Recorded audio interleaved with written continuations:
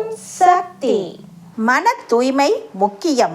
பூமியில் விதைக்கப்பட்ட நெல் முளைக்க வேண்டுமானால் நிலத்தில் ஈரத்தன்மை இருக்க வேண்டும்.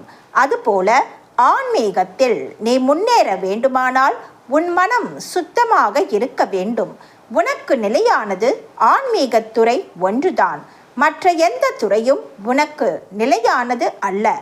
ஆவிக்கும் ஆன்மாவிற்கும் உருவம் கிடையாது, வயது கிடையாது, அழிவு கிடையாது. அமைதியும் நிம்மதியும் ஆன்மீகத்தில் மட்டுமே உண்டு என்பதை உலகம் புரிந்து கொள்ள வேண்டும். குட்டையில் உள்ள தண்ணீரே ஆனாலும் குடிக்க பயன்படுத்த வேண்டும், மிதிக்க பயன்படுத்தக்கூடாது. அதுபோல ஆன்மீகத்தில் குறைந்த பேர் ஈடுபட்டாலும் அதனை நல்ல முறையில் பயன்படுத்தி கொள்ள வேண்டும். ஆன்மீகத்திற்கு வந்துவிட்டு சண்டை சச்சரவுகளில் ஈடுபடக்கூடாது. அன்னையின் அருள்வாக்கு.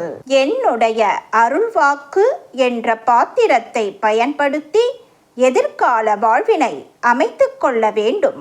எல்லோருக்கும் பகிர்ந்தளிக்க வேண்டும். அன்னையின் அருள்வாக்கு. Please share and subscribe. ஓம் சக்தி.